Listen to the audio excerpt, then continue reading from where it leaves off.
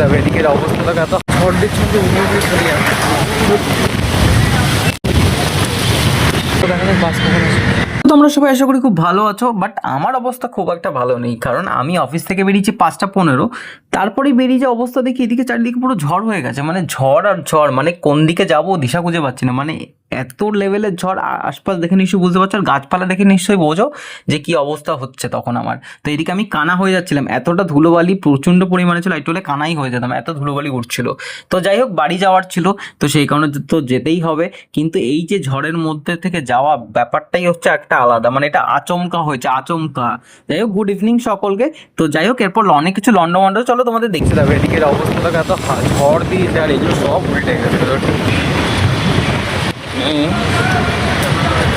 বলবো আর বৃষ্টি, আকাশের অবস্থা খুব একটা ভালো, হালকা হালকা বৃষ্টি হচ্ছে।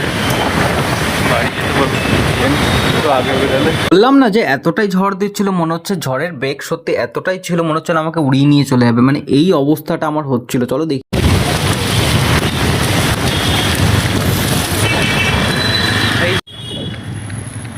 এইসব এত হাওয়া প্রচুর ঝড়ঘট করে ঝড় উঠে করে খবর।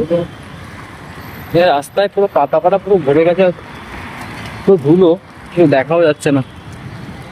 যাই হোক, দেখি এবার বাস কতক্ষণে আসি বুঝতে পারছি।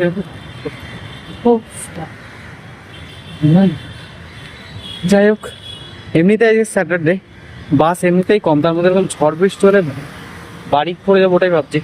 বাস পাওয়াটা খুব ডিফিকাল্ট হয়ে যায় আমাদের এই পোস্ট প্লেস থেকে। তো চলো দেখা যাক, কখন আমি হাঁপিয়ে গেছি বুঝতে পারছি। চলো দেখা যাক বাস কখন আসে কখন।